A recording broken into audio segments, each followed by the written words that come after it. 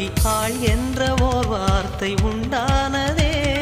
காதல் என்ற மந்திரத்தின் மாயம் என்ன, கல்லும் முள்ளும் இப்போது பூவானதே.